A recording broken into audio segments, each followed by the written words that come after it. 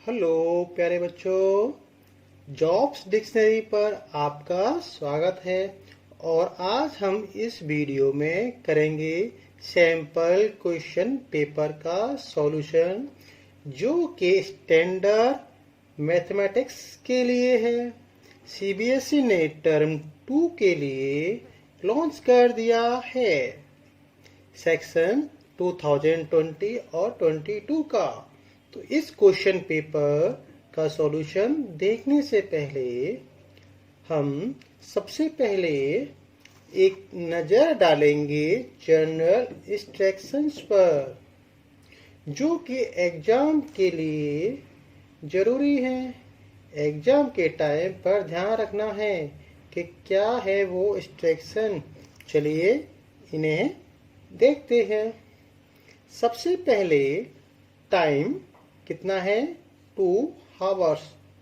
Time allowed 2 hours है। Next है maximum marks. जो ये पेपर है वो मैक्सिमम 40 मार्क्स का है। अब पढ़ते हैं कुछ general instructions. The question paper consist of 14 questions divides into 3 sections A, B and C। इस पेपर में 14 क्वेश्चंस हैं जो 3 सेक्शन ABC में डिवाइड है। All questions are compulsory. सभी क्वेश्चंस कंपल्सरी हैं। Section A comprise of 6 questions of 2 marks each। 6 question section A में है जो 2 मार्क्स के हैं। तो 6 इंटू 2 12। 6 इंटू 2 12 मार्क्स के। Each internal has been provided in 2 sections. Section A में आपके पास चॉइस है 2 क्वेश्चंस के लिए। Section B comprise of 4 questions. 4 questions 3 marks each। 4 into 3 12 marks। Internal choice has been provided in 1 questions। Section B में 1 question में आपको choice देखने को मिलेगा। And section 3 comprise of 4 questions of 4 marks। 4 question 4 marks, total 16 marks। And internal choice has been provided in 1 questions। इसमें आपको 1 question में choice देखने को मिलेगा। It contain 2 case study based questions.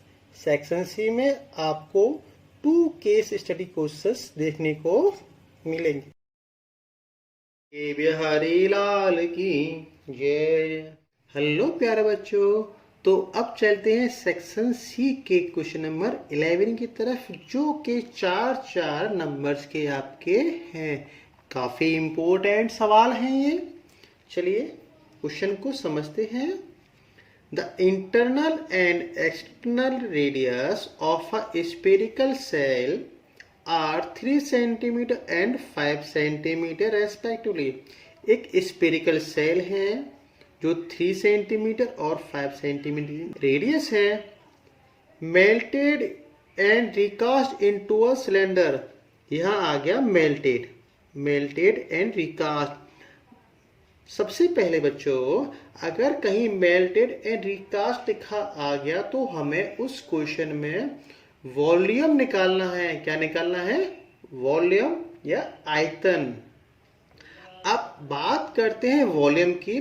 तो जिस फिगर, जैसे यहाँ आपका स्फेरिकल सेल है, तो इसी को पिघलाकर, स्फेरिकल सेल को पिघलाकर एक सिलेंडर बनाया गया है। तो दोनों का जो वॉल्यूम है, स्फेरिकल सेल का वॉल्यूम और सिलेंडर का वॉल्यूम, दोनों क्या होंगे? इक्वल होंगे। तो चलिए हम चलते हैं क्वेश्चन की तरफ। हमने एंड पढ़ते हैं। melted and recast into a solid cylinder of a diameter is 14 centimeter। ये स्पेरिकल सेल था, इसे मेल्ट करके सिलेंडर बनाया गया। इसकी डायमीटर 14 सेंटीमीटर है। फाइंड द हाइट, हमें इस सिलेंडर की हाइट फाइंड करनी है। Also find the total surface area, हमें इसका सिलेंडर का TSA भी फाइंड करना है। चलिए अब चलते हैं। अभी मैंने बताया आपको कि volume of spherical shell equal volume of cylinder. दोनों का वॉल्यूम कैसा रहेगा? इक्वल। ठीक है ना बच्चों? चलिए, तो वॉल्यूम ऑफ स्पेरिकल सेल का formula 4/3 pi R cube minus small R cube equal pi R1 square into H। तो वॉल्यूम ऑफ स्पेरिकल सेल का formula 4/3 pi R cube minus R cube equal volume of cylinder का formula pi R1 की square into H। Pi से pi आपका cancel out, 4/3 R, capital R आपको 5 दे रखी है, small r आपकी 3 है, इक्वल R1 आपका 7 का स्क्वायर इंटू H हमें फाइंड करना है।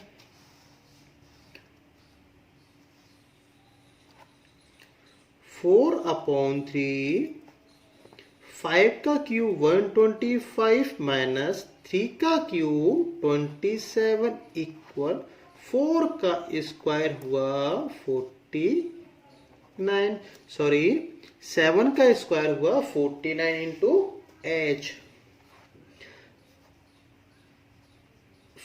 4/3 125 में से 27 माइनस करेंगे तो आपका 98 होगा। 49 इंटू H, 49 से 98 को 2 टाइम कट किया, 4 2 जा 8/3। तो आपकी जो सिलेंडर है उसकी हाइट 8/3 सेंटीमीटर निकल के आई। ये आपका सिलेंडर की हाइट है, ये आपका आंसर हुआ। आप इसे मिक्स फ्रैक्शन में भी लिख सकते हो। तो 3 2 जा 6, 2 रिमाइंडर अपॉन 3 सेंटीमीटर। अब हमें पूछा गया है also find the total surface area of cylinder. तो हमें सिलेंडर का TSA, टोटल सरफेस एरिया भी फाइंड करना है। चलिए इसे सॉल्यूशन हम यहीं कर देते हैं। TSA ऑफ सिलेंडर आपका होता है 2 पाई R H प्लस R। ये आपका total surface area of cylinder है। 2 पाई की वैल्यू 22/7, R आपको 7 गिवन है, H हमने अभी तो H लिखेंगे 8/3,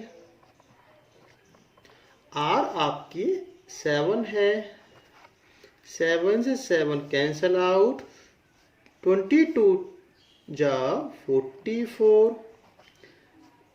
एलसीएम लेंगे सॉल्व करेंगे तो 3 7 जा 21 और 8 आपका हुआ 29/3। मल्टीप्लाई किया इसका हमने तो इसका आंसर आपका निकल के आएगा 1276/3 सेंटीमीटर स्क्वायर, या हम 3 का डिवाइड देंगे, 3 4 जा 12, 3 2 जा 6, 5 33 सेंटीमीटर स्क्वायर। ये आपका total surface area of cylinder हुआ। ये आपका आंसर है।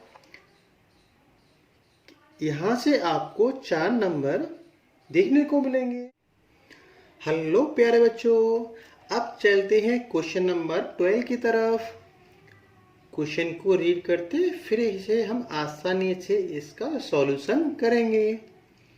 Proof that the angle between the two tangents draw from an external point to a circle is supplementary to the angle subtended by the line segment joining the points of contact to the center। हमसे question में पूछा गया है कि जो स्पर्श रेखा tangent है, यहाँ point of contact B and A है, an external point to a circle is supplementary to the angle subtended by the line segment. जो लाइन सेगमेंट है उनके मध्य एंड ये जो एंगल O है, इन दोनों का जो सम है वो 180 डिग्री का होना चाहिए। चलिए इसे हम सॉल्व करते हैं। फिगर आपका बना हुआ है।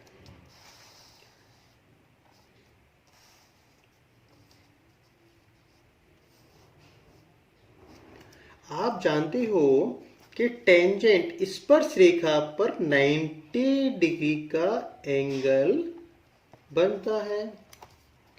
तो हमारा जो AOBP है वो क्वाड्रिलेटरल फिगर चतुर्भुज बना है, और चतुर्भुज क्वाड्रिलेटरल का सम 360 होता है। इन क्वाड्रिलेटरल AOBP में तो angle A plus angle O angle B angle P है, उसका सम 360 डिग्री है। एंगल A आपका 90 का है। एंगल O फाइंड करना है, O और P। एंगल B आपका 90 डिग्री का है। Angle P equal 360 degree. तो angle O plus angle P 90 plus 90 180 equal 360। तो हमारा angle O plus angle P जो है इसका सम कितना निकल के आया, 180 डिग्री। हमें यही प्रूफ करना था। ये आपका आसान सा आंसर हुआ। यहां से आपको 4 नंबर मिलेंगे। हेलो प्यारे बच्चों, अब चलते हैं हम क्वेश्चन नंबर 12 की और की तरफ। ये क्वेश्चन आपके लिए काफी इम्पोर्टेंट है, क्योंकि ये क्वेश्चन NCERT के एग्जाम्पल में भी दिया हुआ है। इस क्वेश्चन को आप स्टार मार्क कीजिए, यहाँ से आपको 4 नंबर मिलेंगे। चलिए इस क्वेश्चन को पहले आसानी से हम समझते हैं। Two tangent TP and TP and TQ are draw to a circle with center O। Centre O से ड्रॉ है। From an external point T, prove that angle PTQ equal angle 2OPQ। PTQ ये वाला angle और angle OPQ ये वाला जो angle है, ये एंगल इसका 2 गुना है। हमें ये प्रूफ करना है। चलिए प्यारे बच्चों, हमें क्या प्रूफ करना है, PTQ हमें 2 प्रूफ दैट, तो angle P T Q equal to angle O P Q हमें प्रूफ करना है। तो हम बात करेंगे टी पी और टी क्यू जो आपकी टेंजेंट है। तो इन ट्रायंगल किसमें, पी टी क्यू में, पी टी क्यू। तो P T and P T और टी क्यू आपकी टेंजेंट है। अगर टेंजेंट है तो जो पी टी है टी क्यू के इक्वल होगा, क्योंकि दोनों टेंजेंट इस पर रेखाएं आपस में बराबर होती हैं। अगर किसी ट्रायंगल की टू साइड्स बराबर हैं तो उनके अपोजिट एंगल भी क्या होंगे, आपस में इक्वल। इसलिए एंगल P भी एंगल Q के, जो एंगल P है वो भी Q के इक्वल होगा। इसे हम X मानेंगे। अब ये ट्रायंगल आपका कौन सा हुआ, आइसको स्केलेस ट्रायंगल। तो angle P angle Q plus angle T equal 180 degree. त्रिभुज के तीनों कोणों का सम 180 डिग्री होता है। तो एंगल P और Q हमने X माना। एंगल T जो है उसे हम लिखते हैं P T Q, P T Q equal 180। X और एक्स आपका हुआ 2x plus angle P T Q equal 180 degree. तो यहाँ से हम x फाइंड करना है। तो x इक्वल आपका हुआ 180 minus angle P T Q upon 2। इसे इक्वेशन फर्स्ट माना। अब हम चलते हैं एंगल ओ पी क्यू की तरफ।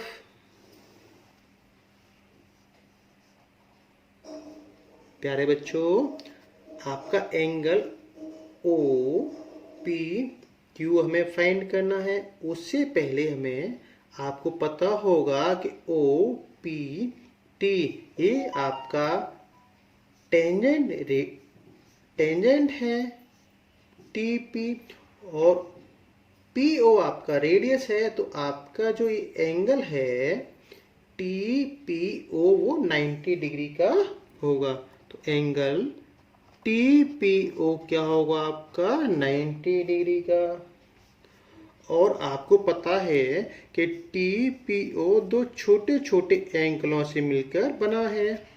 तो कौन से वो दो एंगल हैं, T P O angle T, whether it by the dash dash dash help of satellites plus ये वाला एंगल, तभी तो टी पी ओ होगा। ये क्या हुआ आपका O P Q equal 90 degree. O P Q, अभी आपका ओ पी क्यू हमें निकालना है। टी पी क्यू अभी हमने x माना था। तो x plus angle O P Q equal 90 degree. inclinometer and clinometer 90 is minus angle measurement device equation second. प्यारे बच्चों, ये भी आपका x की वैल्यू है और ये भी आपकी इक्वेशन सेकेंड है, वो भी x की वैल्यू है। अब इक्वेशन फर्स्ट और सेकेंड से, इक्वेशन फर्स्ट एंड सेकेंड से दोनों ही हमारी x की वैल्यू है।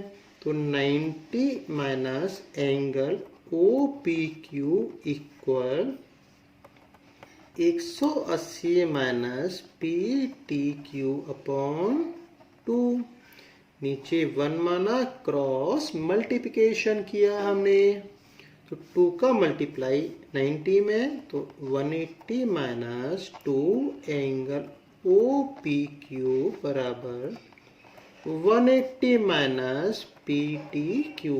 180 से 180 कैंसिल आउट, तो minus 2 angle O P Q equal minus P T Q. Minus से माइनस आपका कट जाएगा, तो एंगल पी टी क्यू आपका हुआ 2 एंगल ओ पी क्यू। ये आपका आंसर है जो हमें प्रूफ करना था, है ना। कितना आसान सा सवाल। ये क्वेश्चन आपके लिए काफी इम्पोर्टेंट है, जो 4 नंबर का भी है। हेलो प्यारे बच्चों, अब चलते हैं क्वेश्चन नंबर 13 की तरफ। Case study. यहाँ से हमें 4 नंबर देखने को मिलेंगे। इसमें आपके 2 क्वेश्चन 2-2 मार्क्स के हैं। चलिए क्वेश्चन पढ़ते हैं। काफी आसान सवाल है और इम्पोर्टेंट भी है ये। Trigonometry in the form of triangulation form the basis of navigation.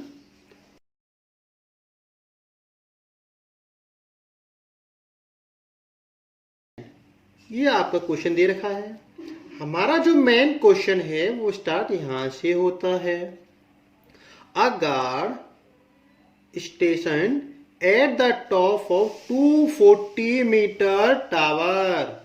एक गार्ड है जो 240 मीटर टावर के ऊपर है।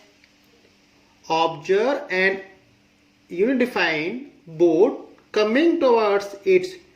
समुद्र में आती बोट को वो आइडेंटिफाई करता है। अ क्लेनोमीटर और इनक्लोनोमीटर।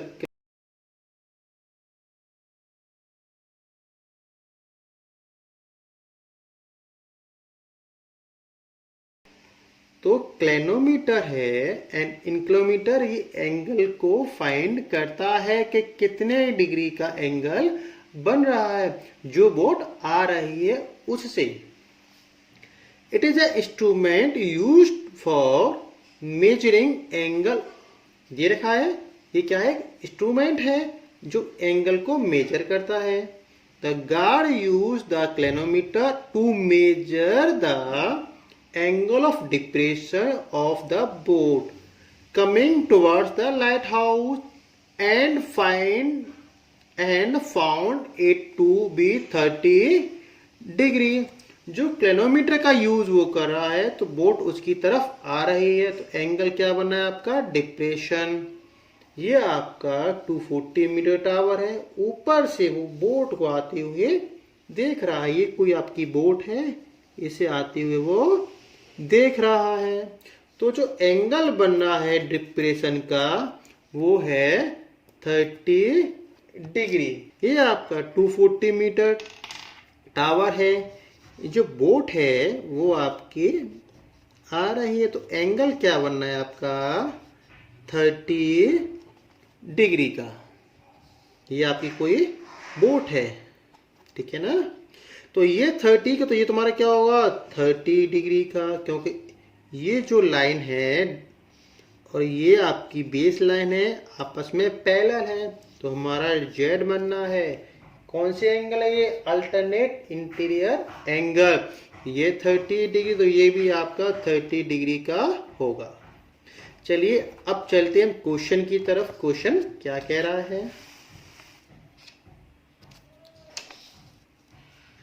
फर्स्ट क्वेश्चन आपका है, make a level figure on the basis of given information. हमें जो इंफॉर्मेशन ऊपर अभी गिवन थी उसके आधार पर हमें फिगर ड्रॉ करना है। And calculate the distance of boat from the foot of the observation tower. और हमें जो बोट है वो कितने डिस्टेंस पर है टावर से, वो हमें फाइंड करना है। चलिए अब हम इसका फिगर बनाते हैं जैसा इस फिगर में दे रखा है। ये आपका माना हमने कि टी आर कोई टावर है 240 मीटर का, एंड टावर टी आर से पी पॉइंट पे कोई एक बोट है, जब टी पॉइंट से बोट को देखते हैं तो आप एंगल 30 डिग्री का बन रहा है। तो ये 30 है, तो ये तुम्हारा क्या होगा 30 डिग्री का।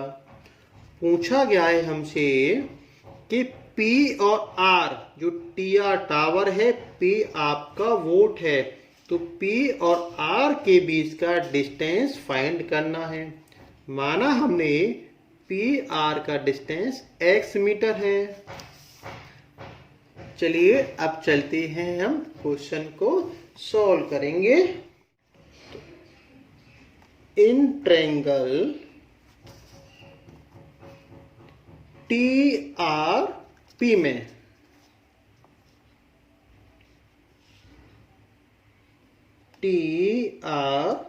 में तो tan 30 आपका हुआ परपेंडिकुलर अपॉन बेस, तो परपेंडिकुलर 240 बेस आपका x है। tan 30 की value 1 upon √3 equal 240 upon x।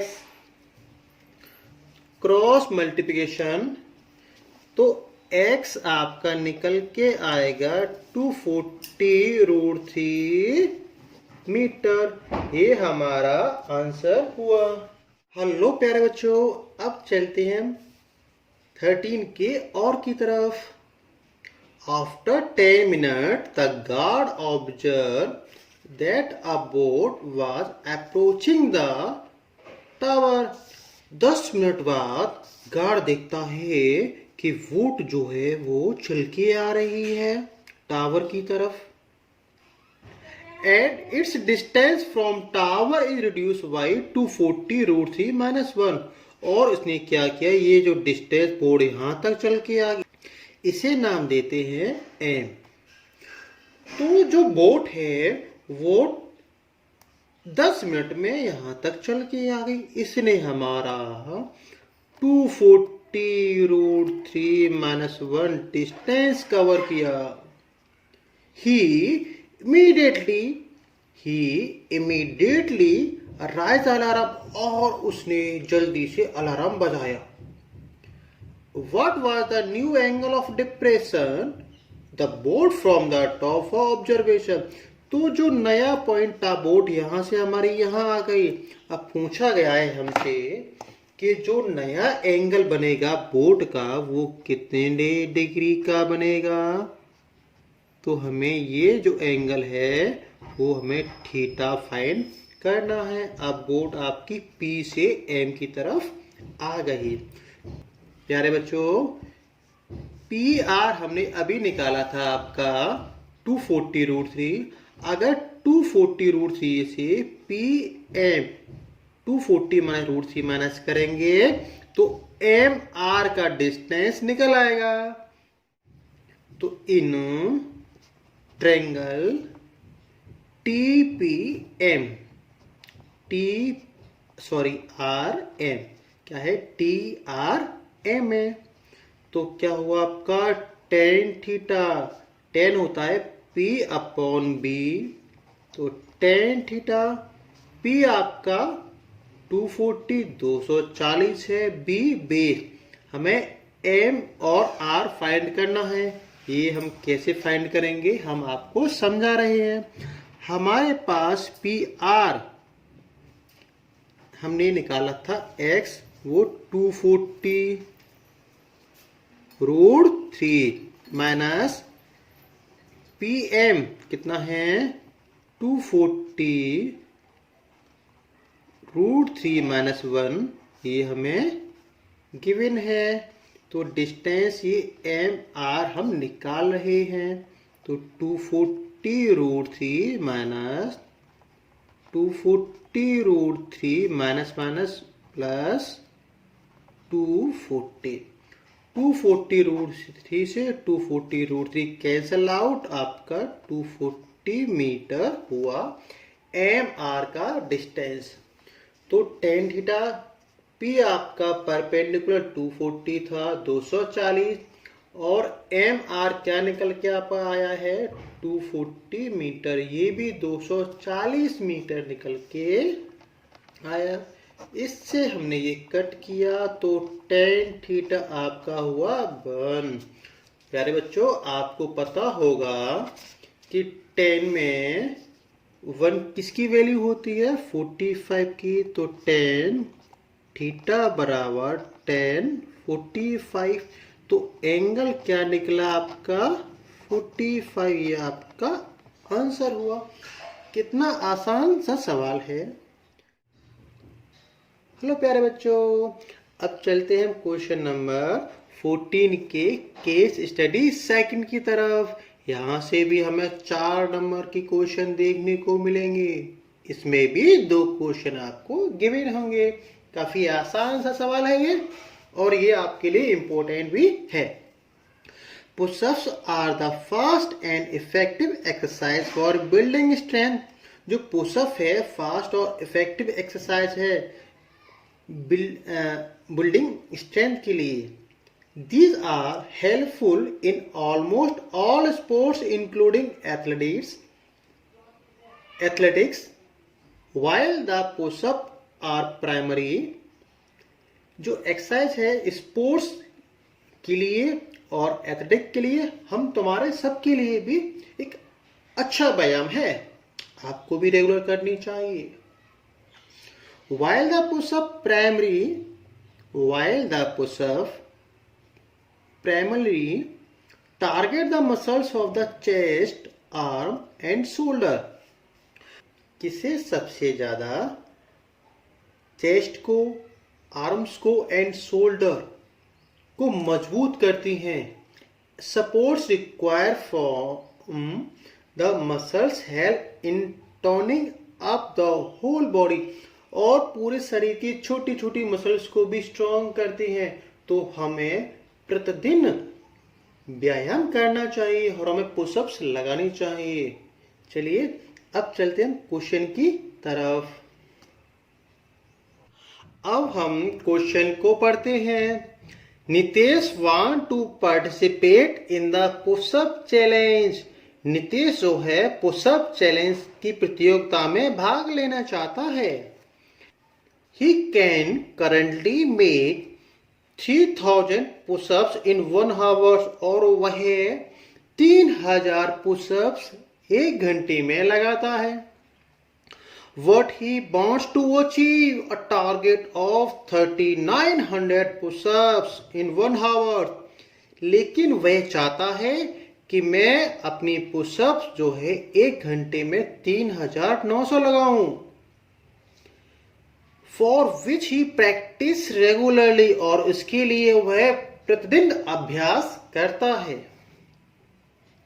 With each day of practice, he is able to make 5 more push-ups up in 1 hour as compared to the previous day, और वह 5 pushups ज्यादा लगाता है 1 घंटे में पहली पुशअप से। प्रतिदिन 5-5 पुशअप वो अपनी बढ़ा रहा है। ये उसका सही तरीका है। कोई भी कार्य हमें एक साथ नहीं, धीमे धीमे करना चाहिए। If on first day of practice he makes 3000 pushup, and यदि वह पहले दिन प्रैक्टिस में 3000 पुशअप लगाता है, and continue to practice regularly, और वह अपनी प्रैक्टिस को रेगुलर करता है, till his target to achieve, अपने टारगेट को अचीव करने के लिए, मतलब 3900 पुशअप्स लगाने के लिए। Keeping the above situation in mind, answer the following question. इस सिचुएशन को माइंड में, दिमाग में रखते हुए हमें कुछ क्वेश्चनों के आंसर देने हैं। तो वो क्वेश्चन कौन से हैं, चलिए पहले हम क्वेश्चन को पढ़ते हैं। पहला क्वेश्चन आपका है, from an AP representing the number of pushups per day and hence find the minimum number of day he needs to practice before his goal is accomplished. प्यारे बच्चों, फर्स्ट का हम सॉल्यूशन करते हैं। तो हमारी यहाँ से एपी जो बनेगी वो क्या बनेगी? फर्स्ट डे वो 3005 पुशअप्स इंक्रीज करता है, बढ़ाता है। तो सेकेंड डे 3005, फिर नेक्स्ट डे भी 5-5 बढ़ता चला जाएगा। कब तक? जब तक उसकी 3900-3900 पुशअप नहीं हो जाती। पूछा गया है कितने दिनों में वह 3900-3900 पुशअप लगा लेगा। तो हमसे नंबर ऑफ डे पूछा गया है जो n है। हमें गिवन क्या है? ए आपका हुआ 3000, ये आपका हुआ 3000 फर्स्ट टर्म। डी होता है common difference second term minus first term. तो आपका डी कितना हुआ? 5। हमें फाइंड करना है n। तो A N equal A plus n minus 1d, ये होता है, आपको पता होगा। चलिए, ए एन आपका 3900, ए आपका 3000 प्लस n माइनस 1 डी आपका 5। इसे हम सॉल्व करेंगे तो माइनस किया तो 900 इक्वल 5n माइनस 5। तो 5n आपका हुआ, इधर ले जाएंगे तो क्या होगा? प्लस। तो इस प्रकार आपका जो n निकल के आएगा वो 181 निकल के आएगा। 5 से कट किया, 5 बन जा 5, बचेगा 4, 5 8 जा 40, 5 बन जा 5। तो n आपका निकल के आया 181 डे। हमसे पूछा गया है कितने दिन में प्रैक्टिस करेगा। तो minimum number of day of practice क्या होगा? n minus 1। n आपका 181 माइनस 1, तो 180 डे। वह अपना टारगेट जो है 180 दिनों में अचीव कर लेगा। ये आपका आंसर हुआ। अब चलते हैं हम सेकंड की तरफ। काफी आसान सवाल है। Find the total number of pushups perform by Nitesh up to the day he goal to achieve. पूछा गया है कि नितेश ने अपने टारगेट को अचीव करने के लिए कितनी पुशअप्स लगाई। तो हमसे SN टोटल पुशअप्स कितनी हैं वो पूछा गया है। तो चलिए प्यारे बच्चों, अब हम यहाँ से टोटल पुशअप नितेश ने कितनी लगाई हैं वो हम करते हैं। सेकंड क्वेश्चन है, वी नो दैट, हम जानते हैं SN equal n/2 A plus L होता है। SN आपका निकल के आया है 181/2। ए आपका फर्स्ट टर्म 3000 था, L आपका 3900 था। तो SN इक्वल 181/2 प्लस करेंगे तो हमारा क्या आएगा? 6900।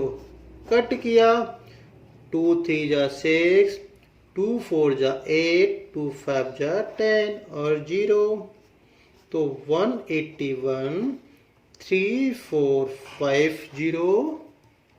जब हम इसे मल्टीप्लाई करेंगे तो हमारा आंसर निकल के आएगा 624450 पुशअप्स। मतलब नीतीश ने 3900 पुशअप के टारगेट को अचीव करने के लिए 624450 पुशअप्स लगाई। ये है आपका इस प्रैक्टिस सेट के लास्ट क्वेश्चन का लास्ट आंसर। आशा करता हूं ये वीडियो आपको पसंद आई होगी और आपके एग्जाम में काफी लाभदायक साबित होगी। इस वीडियो को जो प्रैक्टिस सेट वाइज है, वीडियो 1, वीडियो 2 और वीडियो 3 को आप कम से कम 2 से 3 बार अवश्य देखें, जिससे आप अपनी प्रैक्टिस को भी बेहतर कर सके नीतीश की तरह। प्यारे बच्चों, इस वीडियो को ज्यादा से ज्यादा शेयर करें, लाइक करें और हाँ, सब्सक्राइब करना न भूलें। Thank you. आपका दिन शुभ हो। राधे राधे।